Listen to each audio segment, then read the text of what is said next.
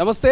రాష్ట్ర వ్యాప్తంగా phone tapping issue నడుస్తున్నది. సో దీని మీద కేటీఆర్ మీద ఎవరైతే ఆరోపణలు చేశారో, తప్పుడు ప్రచారం చేసిన వాళ్ళ మీద పరువు నష్టం దావా వేస్తానంటూ కూడా ఇక కాంగ్రెస్ పార్టీకి సంబంధించిన కొంతమంది నాయకులను బెదిరించే ప్రయత్నమో లేకపోతే ఇతర ఇంటిమేషన్ ఇచ్చేటువంటి ప్రయత్నం చేస్తారు.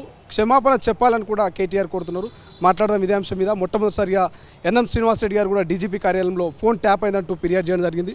మహబూబ్నగర్ ఎమ్మెల్యే ఎన్ఎం శ్రీనివాస్ రెడ్డి గారు మీరు డీజీపీ కార్యాలయంలో ఫిర్యాదు చేయడం జరిగింది. సో కల్వకుట్ల కుటుంబానికి దీనికి సంబంధం లేదన్నట్టుగా కేటీఆర్ అంటున్నారు. అసత్యపు ప్రచారాలు చేస్తే ఖచ్చితంగా పరువు నష్టం దావా వేస్తా అంటున్నారు. ఏం చెప్తారు? మేము కూడా కోరుకుంటా ఉన్నాం. కేటీఆర్ గారు కోర్టులో పరువు నష్టం దావా వేయాల్సిందే. మేము కూడా దానికి సమాధానం చెప్తాం. ఎక్కడెక్కడ ట్యాపింగ్ జరిగే ఆస్కారం ఉండింది, ఎక్కడెక్కడ అధికారులు ముఖ్యమంత్రి గారి దగ్గర నుంచి, కేటీఆర్ గారి దగ్గర నుంచి లేదా ఆంతరంగికుల దగ్గర నుంచి ఆదేశాలు తీసుకున్నారో ఇవన్నీ కూడా బయటికి రావాల్సిన అవసరం ఉంది. ఈరోజు ఇన్వెస్టిగేషన్ జరుగుతూ ఉంది.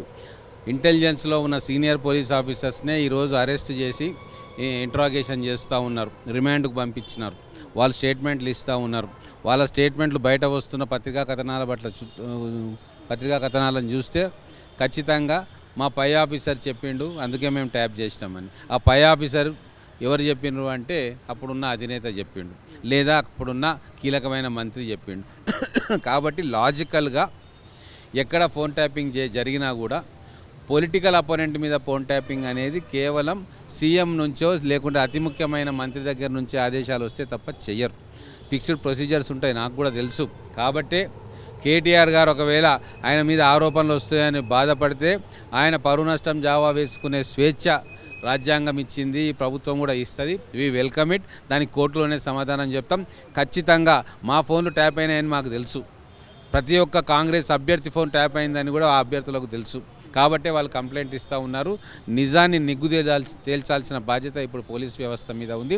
ఖచ్చితంగా మాకున్న అనుభవము, మేము పడ్డ బాధలు, మేము బాధితులం కాబట్టి న్యాయం మాకు జరుగుతుందని చెప్పి మేము ఆశిస్తూ ఉన్నాం. నాయకులతో పాటు ఇంకా ప్రచారణ చేసినటువంటి కొన్ని మీడియా సంస్థలు కూడా లీగల్ నోటీసులు పంపించింది. సో వాళ్ళకేమైనా రాష్ట్ర ప్రభుత్వం అండగా ఉంటుందా ఈ విషయంలో, ఫోన్ ట్యాపింగ్ విషయంలో? ఏమో మరి, మాకు రావాలి నోటీసులు, ఇంకా రాలేదు. మీకు వచ్చితే నోటీసులు మరి మీకు వచ్చినాయా?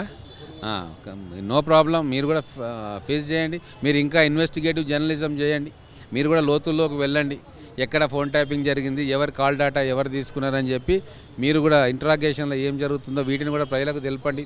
ఖచ్చితంగా తెలంగాణలో ఇన్వెస్టిగేషన్ తర్వాత ఏ అధికారి కానీ ఏ నాయకుడు కానీ రాజకీయ ప్రత్యర్థుల మీద ఫోన్ ట్యాపింగ్ చేయడానికి 1-2 క్షణాలు ఆలోచించాలి. అటువంటి తీర్పు ఖచ్చితంగా మన న్యాయస్థానాలు ఇవ్వాలని చెప్పి నేను ఆశిస్తూ ఉన్నాను.